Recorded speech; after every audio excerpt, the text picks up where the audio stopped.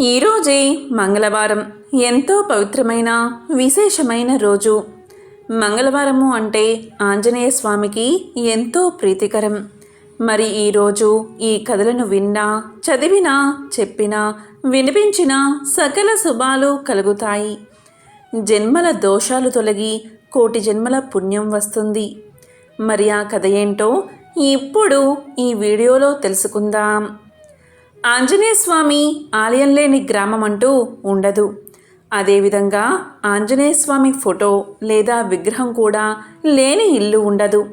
ప్రతి ఒక్కరి ఇంట్లో ఆంజనేయ స్వామి ప్రతిమ తప్పకుండా మనకు దర్శనమిస్తుంది. మన హిందూ దేవుళ్లలో ఆంజనేయ స్వామికి ఎంతో ప్రాధాన్యత ఉంది. రామాయణంలో శ్రీరామచంద్ర ప్రభువుకి ఆంజనేయుడు నమ్మిన బంటుగా ఉంటాడు. ఈ క్రమంలోని భక్తులు శ్రీరామచంద్రుణ్ణి పూజించిన లేదా ఆంజనేయుణ్ణి పూజించిన ఆంజనేయ స్వామి ఆశీస్సులు ఎల్లవేళలా మనపై ఉంటాయి. ఆ స్వామిని పూజిస్తే దోషాలు, గ్రహస్థితులు, భూత ప్రేత పిశాచాల భయం ఉండదని చాలామంది నమ్మకం. ఈ విధంగా భూతాలకు భయపడేవారిని ఆంజనేయ స్వామి ఆలయానికి తీసుకువెళ్ళి అక్కడ స్వామివారి తాయెత్తులు కట్టించడం ద్వారా వారికి ఆ భయం తొలగిపోతుందని భక్తుల నమ్మకం. రామనామం ఎంత మధురమైనదో ఆంజనేయ స్వామి ఎంతో అద్భుతంగా వివరించారు. ఆ క్రమంలోనే విష్ణుమూర్తి తన రామావతారాన్ని చాలిస్తూ ఆంజనేయుడికి ఒక విషయం చెప్పి తప్పకుండా పాటించాలని చెబుతాడు. ఆ క్రమంలోనే శ్రీరాముడు తన తనువు చాలిస్తూ ఇలా పలికాడు: హనుమ, కలియుగం అంతమయ్యే వరకు భూలోకంలోనే ఉండి సజ్జనులు కాపాడు. వారికి కలిగే భయం, ఆందోళన, భూత ప్రేత పిశాచాల నుంచి వారిని కాపాడి వారిలో ధైర్యం నిలుపు. ఈ భూలోక వాసులకు నువ్వు రక్షణ కల్పించాలి అని చెబుతూ తన అవతారాన్ని చాలిస్తాడు రాముడు. ఈ విధంగా శ్రీరాముడు ఆంజనేయుడి కోరిక కోరడంతో శ్రీరాముడి ఆజ్ఞను హనుమంతుడు నెరవేరుస్తాను అని మాట ఇవ్వడం వల్ల ఆంజనేయ స్వామి కలియుగంలో భక్తులకు రక్షణగా ఉండి వారికి కలిగే భయాందోళన నుంచి వారిని రక్షిస్తున్నాడు. హనుమంతుడు రామాయణంలోనే కాదు, మహాభారతంలో కూడా ఉన్నాడని కొన్ని పురాణ కథల ద్వారా తెలుస్తుంది. అయితే భీముడు మరియు హనుమంతుడు ఒక అరణ్య ప్రాంతంలో కలిసినప్పుడు వారి మధ్య ఏం జరిగింది, అసలు భీముడు హనుమంతుడిని ఎందుకు కలిశాడు అనే విషయం మనం ఇప్పుడు తెలుసుకుందాం. పాండవులు వనవాసంలో భాగంగా నారాయణాశ్రమ వనాన్ని చేరుకున్నారు. ఇలా కొన్ని రోజులు గడిచాయి. తరువాత ఒకరోజు ఉత్తర దిశ నుంచి చల్లని పిల్లగాలి వీచింది. ఆ గాలితో పాటు దివ్య పరిమళం విరాజిమ్ముతున్న 1000 దళాలు కల పద్మం ఒకటి ద్రౌపది ఒళ్ళో పడింది. ఆమె ఆ పువ్వును చూసి మురిసిపోతూ భీముణ్ణి పిలిచి ఇలా పలికింది: స్వామి, ఈ పువ్వు ఎంతో అందంగా మంచి సువాసనని వెదజల్లుతుంది. ఈ చెట్టు యొక్క విత్తనం తీసుకువస్తే మన కామ్యక వనంలో పెంచుకుందామని చెబుతుంది. ద్రౌపది మాటలు విన్న భీమసేనుడు ఆమె కోరిక తీర్చడం కోసం ఆ పూల చెట్టు ఉన్న స్థలాన్ని వెతుకుతూ వెళ్ళాడు. అలా వెళ్ళి ఒక వనం చేరుకున్నాడు. ఆ వనంలో దారికి అడ్డంగా ఒక కోతి పడుకుని ఉంది. దాన్ని భయపెట్టి పారిపోయేటట్లు చేద్దామని భీముడు గట్టిగా అరిచాడు. అప్పుడు ఆ కోతి లేచి ఇలా పలికింది: నేను పడుకుని ఉన్నాను, నాకు ఆరోగ్యం బాగాలేదు. బుద్ధిమంతులు మృగాలను హింసించకూడదు. అయినా ఇది దేవతలు వెళ్ళే మార్గం. మనుషులు ఈ దారిలో వెళ్ళడం సాధ్యం కాదు. ఇక్కడి నుంచి తిరిగి వెళ్ళిపో అని ఆ కోతి భీముడికి సమాధానం ఇచ్చింది. అప్పుడు భీముడు ఆ కోతి మాటలకు ఆగ్రహానికి గురై ఇలా పలికాడు: నువ్వెవరు నాకు చెప్పడానికి? నా మార్గానికి అడ్డురాకు, తప్పుకో ఇక్కడి నుండి అని పలికాడు. ఆ సమయంలో ఆ కోతి ఇలా పలికింది: చూడు, నేను ముసలిదాన్ని, లేవడానికి శక్తి లేదు. నువ్వు నా నుండి దాటివేసి వెళ్ళిపో అంటుంది. ఆ మాటలు విన్న భీముడు ఇలా పలుకుతాడు: జంతువులను దాటి వెళ్ళడానికి మా శాస్త్రం ఒప్పుకోదు. కాబట్టి దారి నుండి నువ్వు తప్పుకోవాల్సిందే అని కోపంగా ఆజ్ఞాపిస్తాడు. ఆ వానరం ఇలా పలుకుతుంది. అసలే ముసలిదాన్ని, పైగా ఒంట్లో కూడా అసలు శక్తి లేదు.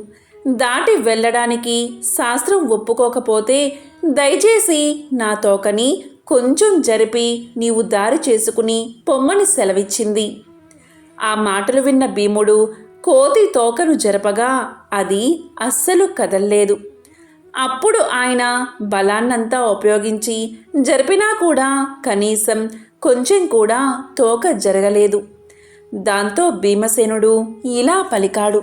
స్వామి, మీకు నా నమస్కారం.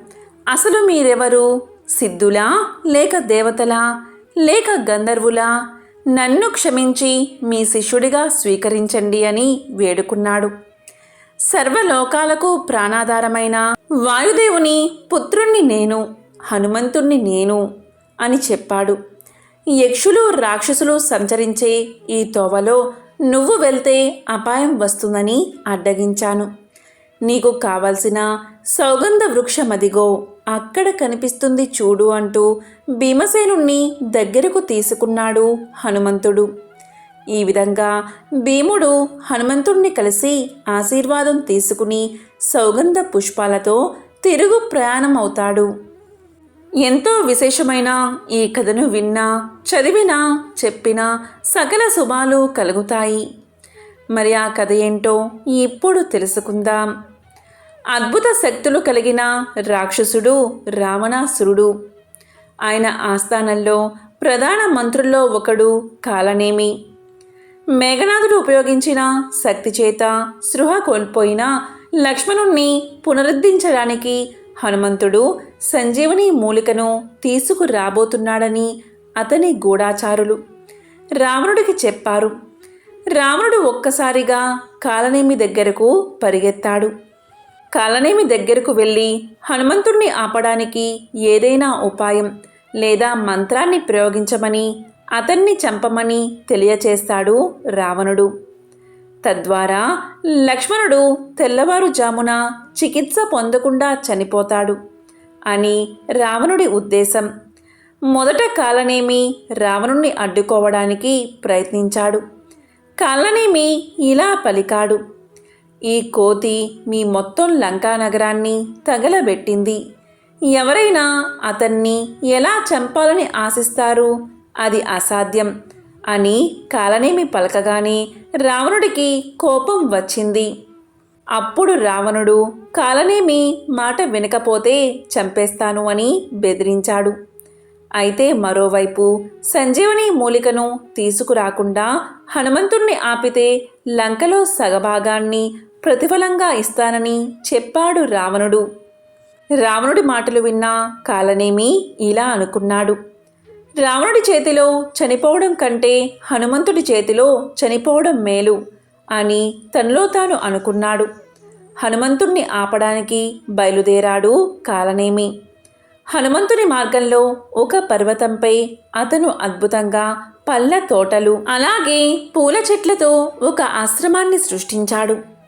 అప్పుడు కాలనేమి ఒక బ్రాహ్మణ వేషంలో ధ్యానంలో కూర్చున్నాడు. హనుమంతుడు తనను సమీపిస్తున్నాడని గమనించినప్పుడు కాలనేమి రాముణ్ణి కీర్తించడం ప్రారంభించాడు. అప్పుడు హనుమంతుడు అలా జపిస్తున్నది రామభక్తుడే అని భావించి దారిలో ఆగాడు. అప్పుడు కాలనేమి ఇలా పలికాడు. నా యోగశక్తితో నువ్వు రాముడి దూతవని నాకు తెలుసు. మీరు మీ పనిలో తప్పకుండా విజయాన్ని సాధిస్తారు. కానీ మీరు చాలా అలసిపోయి ఉండాలి. కాబట్టి చెరువులో స్నానం చేసి నా దగ్గరకు రండి. నేను మీకు ఒక అద్భుతమైన మంత్రాన్ని చెబుతాను అని కాలనేమి చెప్పగా హనుమంతుడు నీరు తాగడానికి చెరువు వద్దకు వెళ్తాడు. అయితే ఒక పెద్ద ముసలి హనుమంతుడి కాలు పట్టుకుంటుంది. హనుమంతుడు దాని నోటిని నీటి అడుగున బిగించి చంపేస్తాడు. కానీ అది చనిపోయిన వెంటనే ఒక సుందరమైన అప్సరసగా మారిపోతుంది. ఆ బ్రాహ్మణుడు నిజంగా రాక్షస కాలనేమి అని అతనితో చెప్తుంది ఆ అప్సరస. ఇంకా ఇలా చెప్తుంది, హనుమా, నేను కూడా ఒక రాక్షసిని. ఇంతకుముందు నేను గాంధర్వ మరియు గాంధర్విని. ఒకరోజు మేమిద్దరం దుర్వాస ఋషిని చూసి నవ్వుకున్నాం. అప్పుడు ఆయన మమ్మల్ని రాక్షసులుగా మారమని శపించాడు.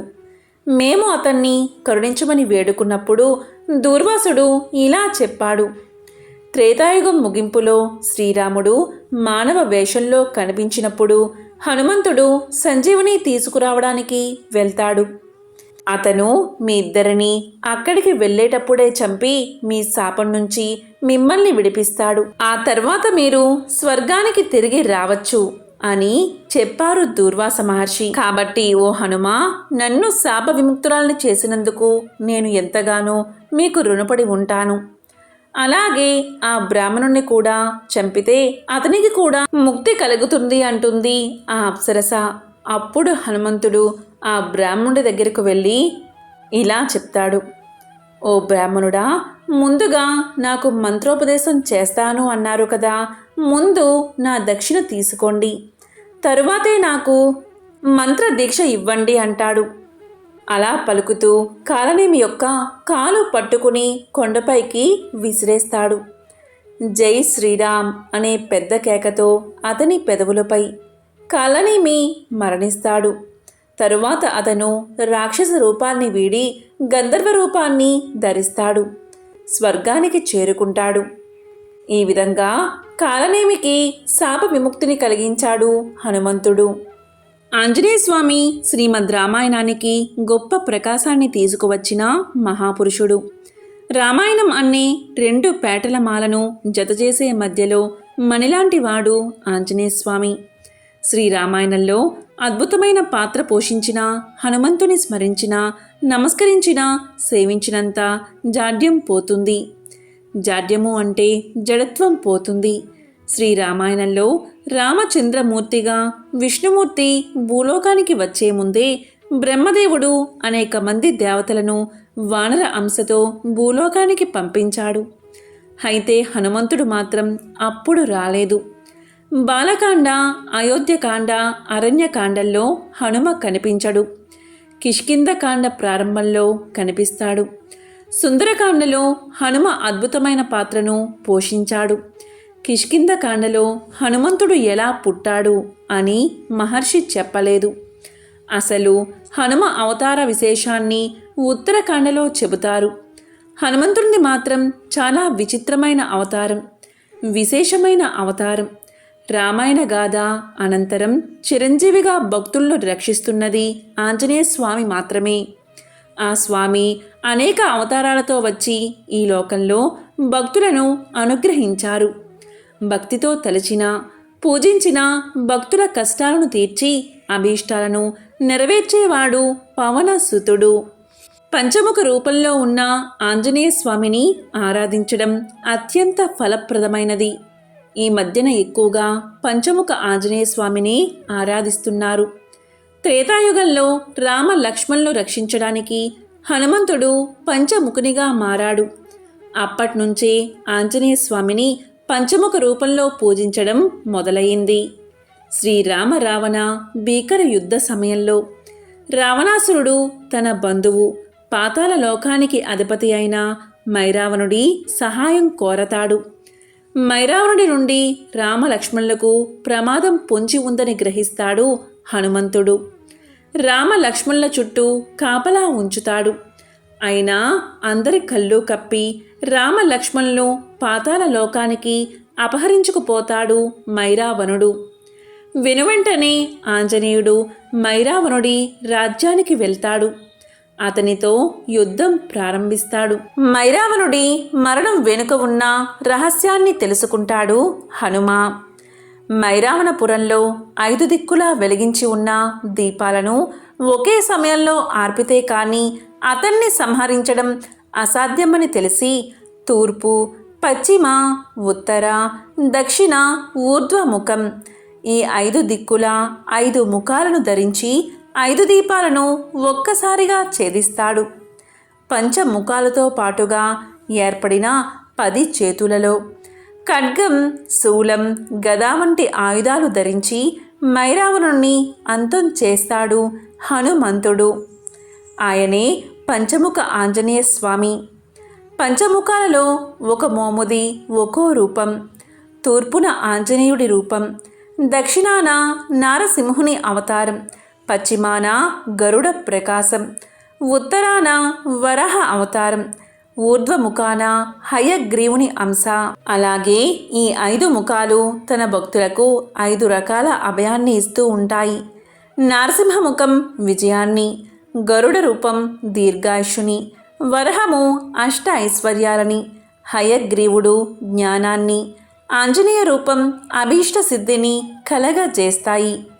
ఇంతటి శక్తివంతమైన అవతారం కాబట్టే రాఘవేంద్ర స్వామి సైతం ఆంజనేయుణ్ణి పంచముఖ రూపంలోనే పూజించారు, అలాగే దర్శించారు. ఎంతో పవిత్రమైన విశేషమైన ఈ కథలను ఈరోజు విన్నా, చదివినా, చెప్పినా, వినిపించిన సకల శుభాలు కలుగుతాయి. జన్మల దోషాలు తొలగి కోటి జన్మల పుణ్యం వస్తుంది. ఓం ఆంజనేయాయ నమః. ఓం మారుతాత్మజాయ నమః. ఓం మహావీరాయ నమః.